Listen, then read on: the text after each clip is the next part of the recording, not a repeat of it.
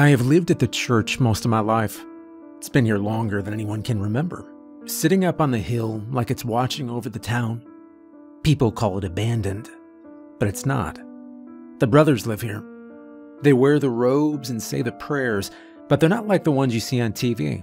No stiff collars or shiny crosses. Just plain men, doing what they've done forever. Reading, helping the locals, keeping the place together. I'm not one of them. Not officially. I'm Cal the handyman. The guy with the mop and toolbox. If something breaks, I fix it. If something leaks, well, I stop it. And when something spills, I clean it up. They treat me well, though. The brothers are good people. We eat together, usually in the big kitchen with a warped wooden table.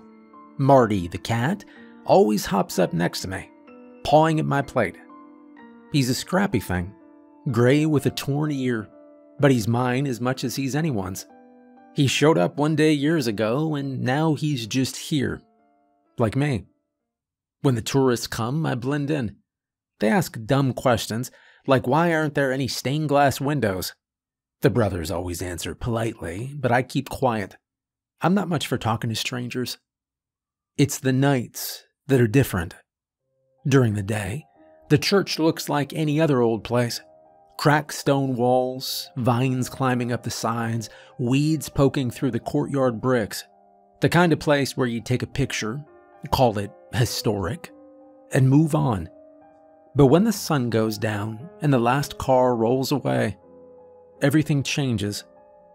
The brothers head to their rooms, or sometimes to the library. They're quiet at night, always have been. The tourists don't notice that part. They don't see how the brothers avoid the church after dark unless they have to, or the way the big door creaks when it shuts. I don't go to bed early, not like the others. My nights are long. There's always work to do.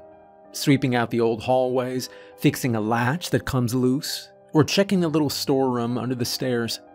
Most of it's busy work, stuff that doesn't really need doing right now, but I keep moving. It's easier that way. Marty follows me sometimes. He pads along behind me, his tail flicking, his eyes darting to every shadow. When he stops and stares at something, I don't look too closely. Not at night. The church has its noises. Not the usual creaks and groans of an old building, but softer ones. Faint taps, like fingers drumming on a table. Little clicks, almost like nails tapping against stone. They don't come from the same place twice, and I've learned not to bother chasing them. There are places I don't go after dark, not unless I have to. The basement, for one. The door's solid, thick wood with iron hinges, and it locks from the outside. During the day, I'll go down there if I need to. There's an old boiler that likes to act up, and sometimes Marty decides it's the perfect place to hunt mice. At night, though, the basement stays shut. There's a hallway, too, on the east side of the church. It's nothing special, just a row of unused rooms, mostly storage. But the area feels different there after sunset, like the space is wider than it should be. I stick to my routine. Sweep the main hall, check the windows, make sure the lanterns by the doors are lit, even though we don't really need them. It's just what's done. Sometimes when I'm working, I hear footsteps that aren't mine, like someone walking across the stone floor barefoot. I've stopped trying to figure out where they're coming from. They don't go anywhere. The brothers don't talk about the nights, but they don't have to. They know what's out there, same as I do. That's why they lock their doors after sunset and stick to the newer wing of the church, where the wards hold strongest. They pray, they chant, and they trust me to handle the rest. I know better than to ask them for details. They've seen enough in their time here to understand what's out there, but they don't need to dwell on it. That's my job. The strangest thing is I'm not scared. Not really. This place isn't friendly, but it's not hateful either. It's just old. Older than the brothers. older than the church itself, maybe. Once the sun goes down, the hill is pitch black. You can't see your hand in front of your face, let alone the winding path that leads down to the road. The brothers call me Cal, but that's not really who I am. Not at night. When the lights are low and the church feels like it's leaning in, I have a different job. That's when I am a church knight. I've been called a lot of things over the years. Janitor, handyman. Sometimes folks think I'm a monk, which always makes me laugh. I'm not any of those things. Knight isn't the right word either, but it's close enough. The name for what I am doesn't exist anymore, at least not in words you can read. It's buried in books that fell apart long before I was born. But when I think about what I do, what my father did, and his father before him, that's the word that fits. When I was a kid, I love those old stories. Farm boys finding swords in the dirt, being taken in by wise old men, learning to fight, saving the day. They'd kill a dragon or save a kingdom, then ride off into the sunset with a princess on the back of their horse. They were brave men, with purpose. They had a cause, something worth living for. That's not exactly my story. I've never saved a kingdom, and I've never killed a dragon. I've never even left this hill for longer than a day. My armor is a pair of boots with warm soles and a coat that smells like mothballs. My sword is a hammer, or sometimes a bag of salt. And the people I protect aren't princesses in towers. No, I get old men in robes. It's not exactly the stuff of legends. But then again, neither am I. I've had this limp since I was 14. It's not bad, just enough to make my steps uneven and remind me when the weather's turning, but it's there. It happened the way most things like that do. Fast and stupid. A kid from town had slipped into the river just past the old mill. He was younger than me, maybe 8 or 9, and the current had him by the time I heard the shouting. I didn't think, I just ran. The water was high from the rain earlier that week, and I could feel the pull of it as soon as I stepped in. I remember seeing his hands flailing, the look on his face when I grabbed him by the collar and dragged him back toward the bank. We made it out, but not before the current caught my ankle on a rock and twisted it. I knew something was off as soon as I tried to stand, the sharp pain making my vision blur. But the kid was crying and coughing up water, and all I could think about was getting him home. I walked him back to his parents with my arms slung around his shoulders, trying not to let him see how bad it hurt. By the time I got back to the church, my ankle was swollen to twice its size, and I could barely take my boot off. Should have healed fine if I'd stayed off it like I was told, but I didn't. You can't sit around here. Not for long. There's always something that needs doing, and at 14, I was stubborn and didn't want to feel useless. So I kept working, limping around the church with a mop in one hand and my weight on the other leg. By the time it finally stopped hurting, it wasn't right anymore. It slows me down, but I've learned to work with it. You adjust. I know which jobs I can take and which ones I need to handle slower. And when something does need to be done fast, well, I've learned to be smarter about how I move. I don't regret it.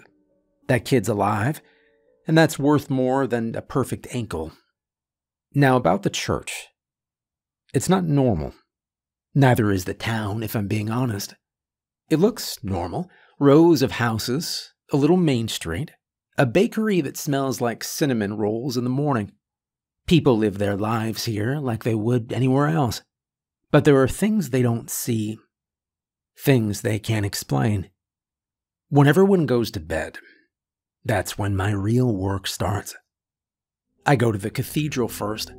It's not much of a cathedral, really. Just the old part of the church with the vaulted ceiling and the big wooden cross at the far end. The floor is uneven, the stone worn smooth from centuries of footsteps. I kneel in the same spot every night, near the third pew from the front. I don't pray for much. Never have. Just the same thing over and over. Wisdom. I don't ask for strength or safety, or for things to be easier. Those aren't things I'm going to get anyway, and I don't need them. Wisdom is enough. When I'm done, I stand and brush the dust off my knees. The brothers keep the place clean, but the old stone always leaves a mark. Then I start my rounds. There are rules here. Small rituals that hold everything together. Most aren't for every night.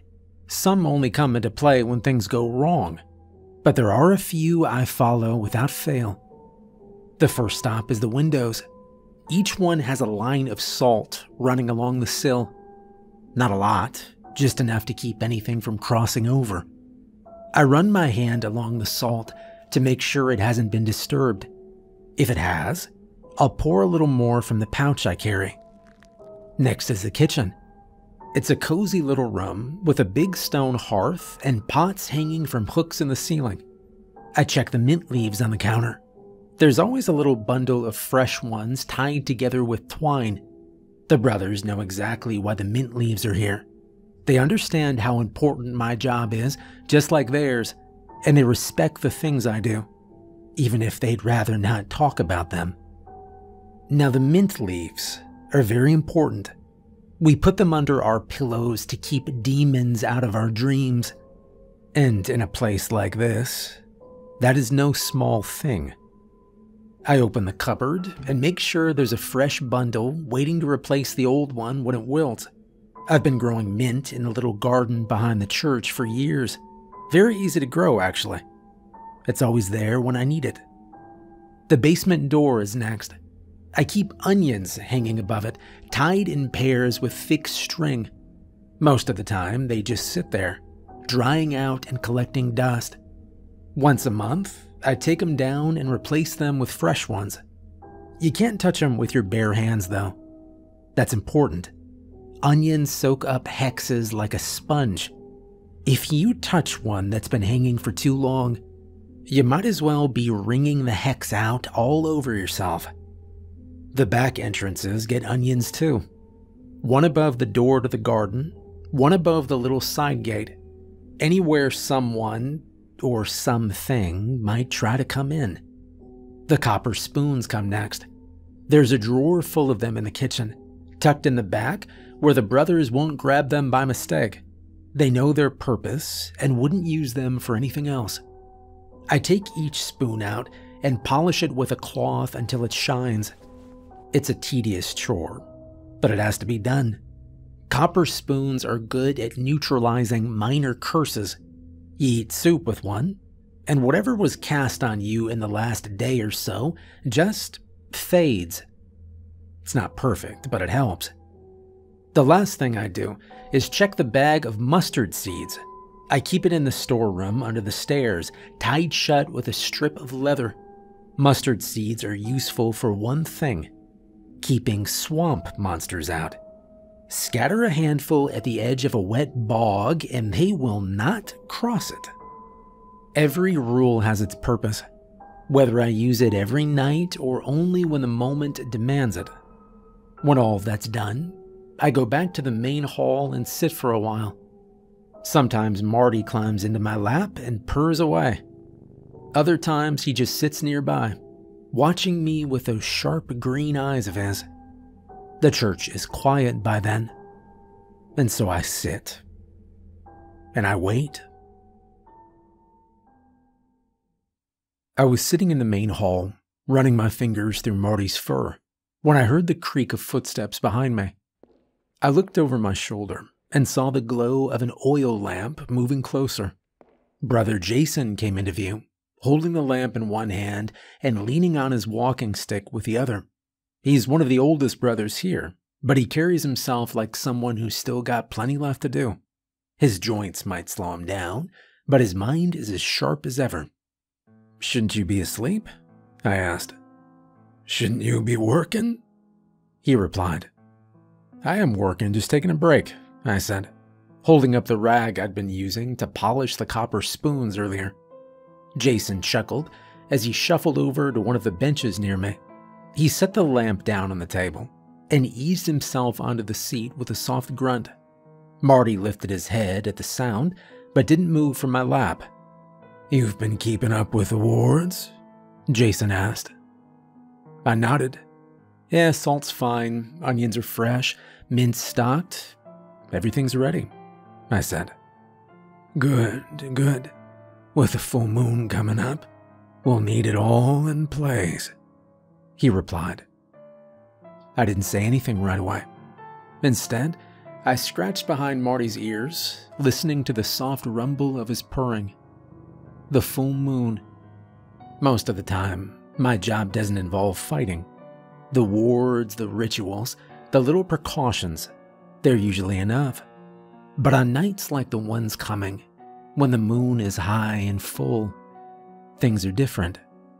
The old stories about full moons, well, they're not just stories. Jason knew it as well as I did. The full moon is when the lines between humans and monsters are thinnest. It's when things that don't belong in this world can push through, and the wards that normally hold steady begin to waver. "You're ready for it then?" Jason asked. "Always," I replied.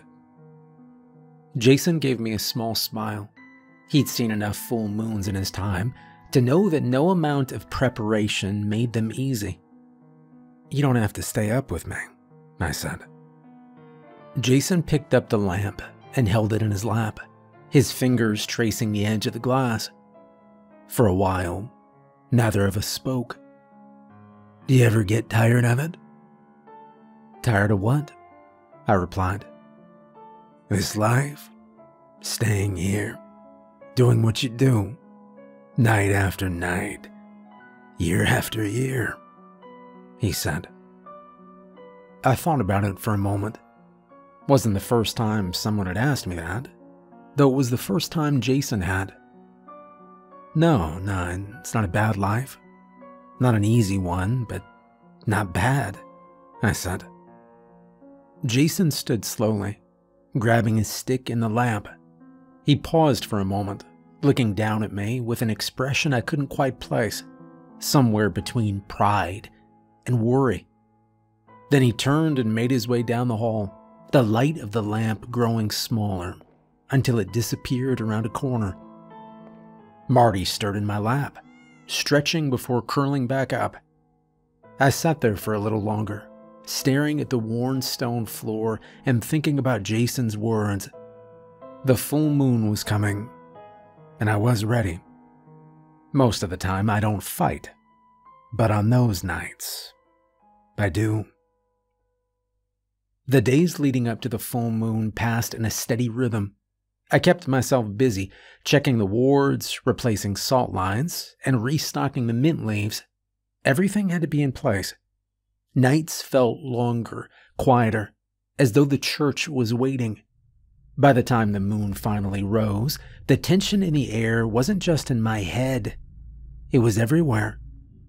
The brothers were in the cathedral tonight, gathered around the altar with their hands together and their heads bowed.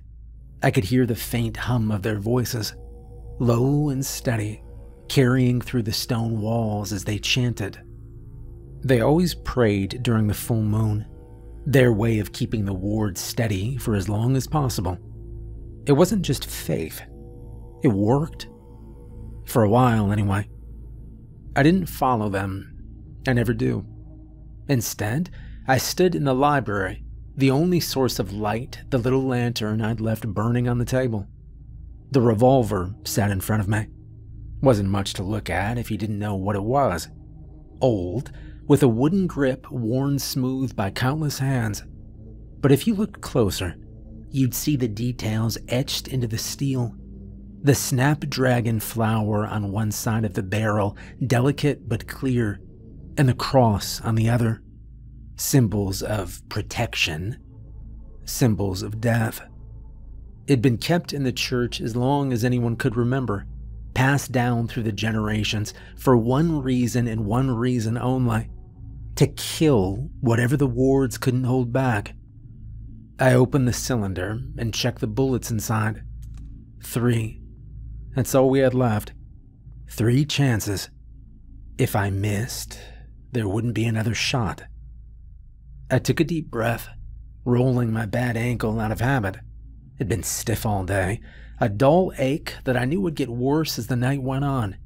I'd had this limp for so long, I hardly noticed it most days. But nights like tonight, nights when I knew I couldn't afford to move slow, it was always there, like a splinter under my skin.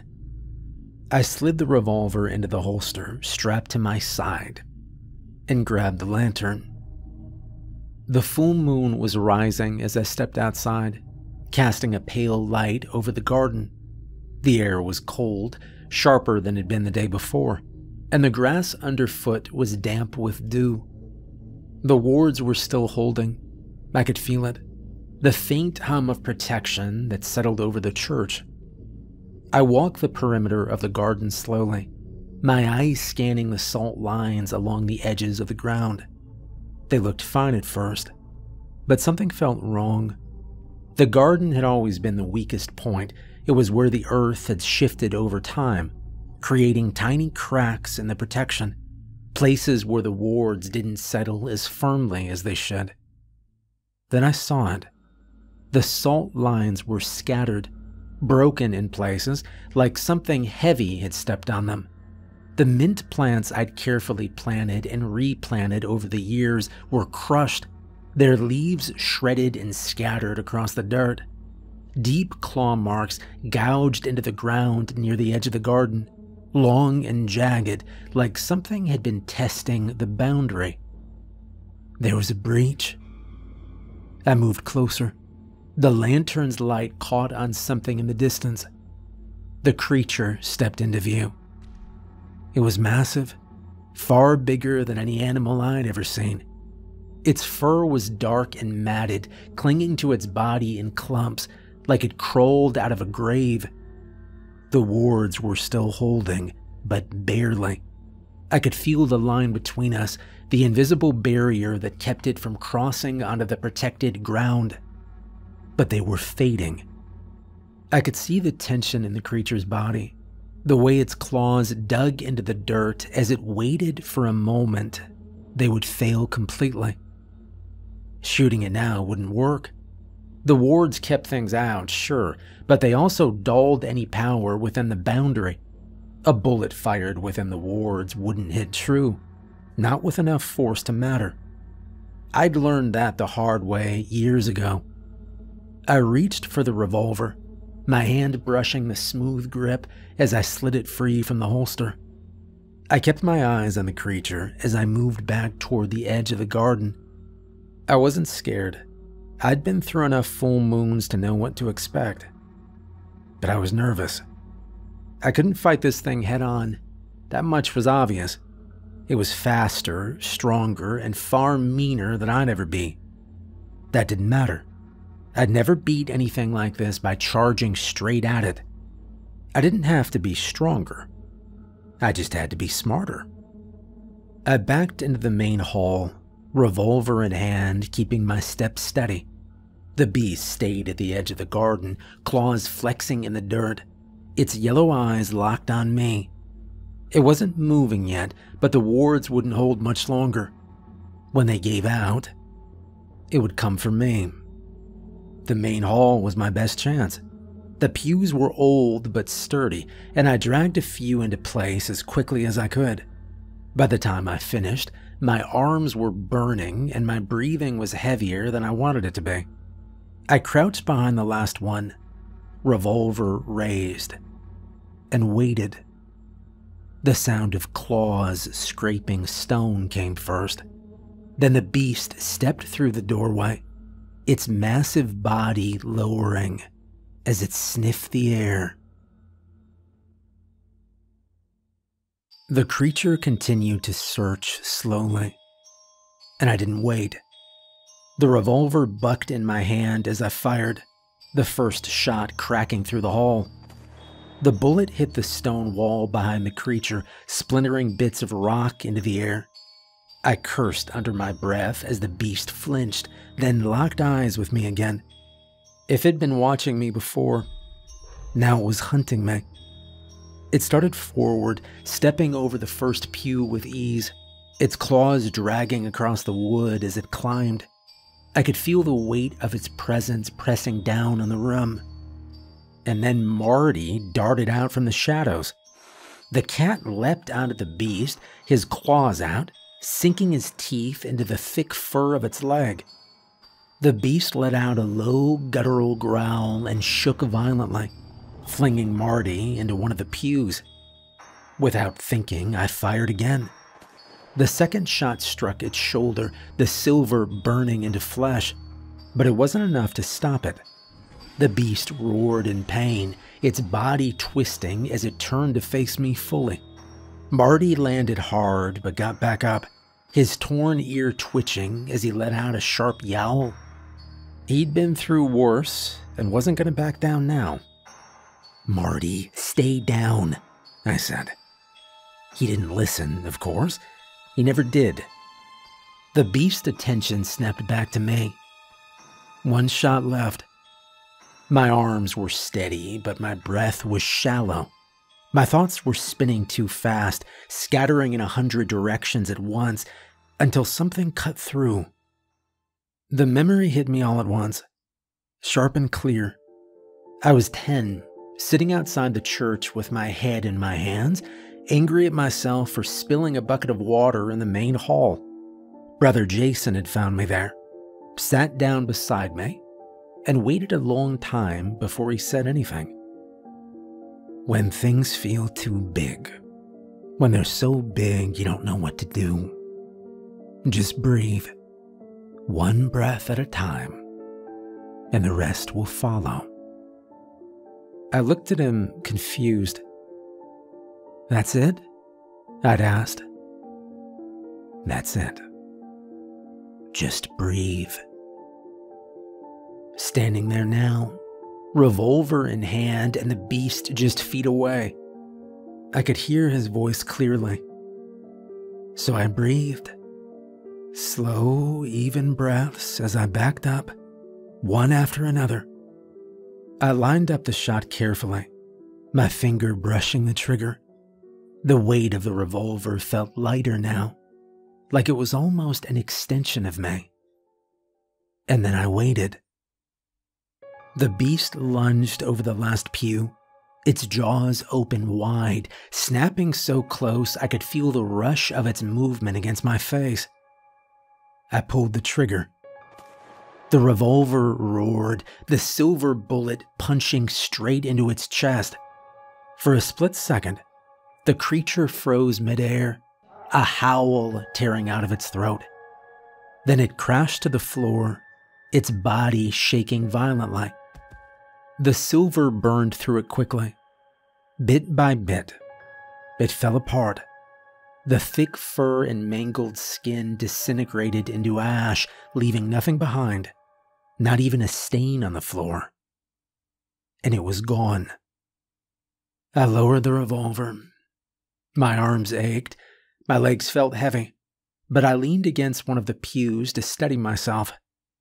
And then it hit me, Marty. I pushed off the pew and limped over to where he'd been thrown. The revolver hung loosely in my hand as I scanned the room, looking for any sign of him. "Marty," I called out. And it didn't take long. He was by the far pew, crouched low but seemingly unhurt. His green eyes met mine, sharp and steady, and I let out a long breath. He stretched once, shaking himself off, and padded toward me like nothing had happened. "You are so lucky," I began. "A werewolf? Really? You thought you could kill a werewolf?" I crouched down to meet him. He bumped his head against my hand, and I scratched between his ears, feeling the familiar rumble of his purring. His torn ear twitched, as if to say, "I almost got it, though." I sighed, letting my shoulders relax for the first time all night. For a long moment, there was nothing but silence. The hall felt calm again. I stayed like that, sitting on the cold stone floor with Marty in my lap, until I heard the sound of footsteps approaching. The brothers were coming from the cathedral, their voices quiet as they made their way into the hall. Jason was at the front, his walking stick tapping lightly against the floor. When they saw me, pale and still clutching the revolver, their faces softened. Jason crouched beside me, his joints cracking audibly, and gave me a once-over with those sharp eyes of his. "Well, you're alive." "Always," I replied. The others moved closer, and 2 of them helped me to my feet. By the time we reached the kitchen, the lanterns there were still burning low, casting a soft glow over the room. Marty padded in ahead of us and jumped out of the counter, curling up like he hadn't just been thrown halfway across the main hall. I scratched his head. Jason nodded toward one of the brothers, who immediately started heating water on the old iron stove. The others quietly went about gathering the tea leaves, mint, the good stuff I'd kept stocked for nights like this. It was always mint after a full moon. The revolver still sat on the table in front of me. I stared at it for a while, tracing the etching of the snapdragon flower with my eyes. I wasted all 3 bullets. Should have been 1, maybe 2, I said finally. Jason's eyes flicked to the gun, then back to me. He tilted his head slightly, a faint smile at his lips. "You didn't waste them, Cal. You used them." "Doesn't feel like it," I replied. "They're meant to be used. Don't get caught up in the numbers. I'll wire the church in the morning to send us more." I blinked at him. "It's that easy, huh?" I asked. Jason smiled. "You'd be surprised what a strongly worded letter can do." The brothers handed me a steaming cup, and the smell of mint filled the room. I wrapped my hands around it and took a small sip. It was strong and clean, the kind of drink that made you feel like you could breathe again. Marty stretched on the counter, letting out a low yawn. Things always go back to routine, eventually. That's the way it is here. The church stands, the brothers pray, and I do the work that needs doing. There's comfort in it, even if it's not glamorous. The morning after the full moon, I was back in the garden.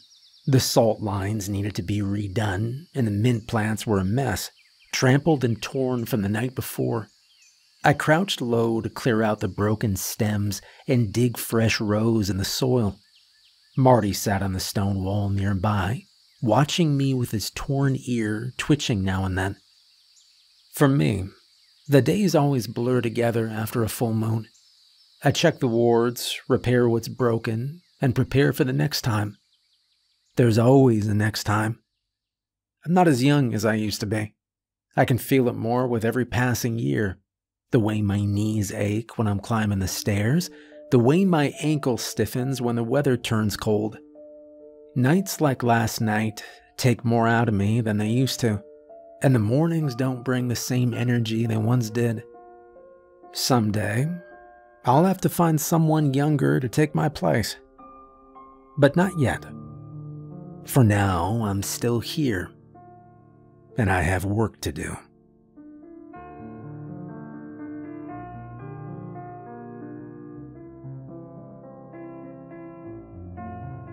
Hey, I'm Steve and I help write this story, and it is part of a much bigger world we're building. I just wanted to say thank you for all the encouragement. It's been really fun to be writing again. If you like scary true stories, check out our second channel, Lighthouse, where I'm on camera and I tell and react to scary true stories all the time. Thank you for watching. I hope you enjoyed this video, and I will see you tomorrow night.